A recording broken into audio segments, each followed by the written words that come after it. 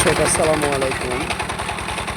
সেই ছোটোবেলা থেকে দেখে আসতেছিলাম আমাদের এলাকায় ক্লান্ত গেন্ডারি এবং আমাদের এলাকায় বলে তুষার।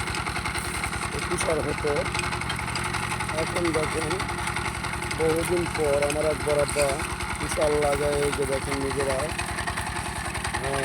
তুষার মারাই করে গুঁড় করে ওনারা নিজেরা মারাই করতেছে।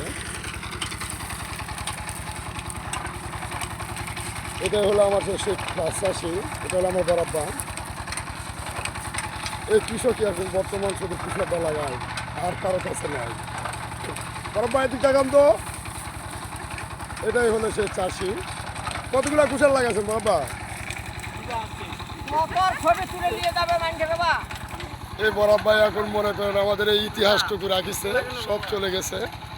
এই বরাব্বাই এই কুষারটা করতেছে। আমাদের এখানে আগে অনেক ফসল হতো, কিন্তু কার এই ফসলটা কেউ করে না।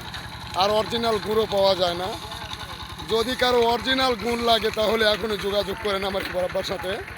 এই যে দেখেন রস বের করে এটাকে গুড় করা হচ্ছে, রস বের করে গুড় করা হচ্ছে। প্রিয় দর্শক, আপনাদেরকে দেখানোর চেষ্টা করলাম গ্যান্ডারি মারাই করা হচ্ছে। ভালো করে দেখেন কীভাবে কী হচ্ছে। ভিডিওটা একটু বড় হয়ে যাচ্ছে, আপনারা ভিডিওটাকে একটু সাবস্ক্রাইব করবেন অবশ্যই। এই যে দেখেন গ্যান্ডারি মারাই করা হচ্ছে। ধন্যবাদ সবাইকে।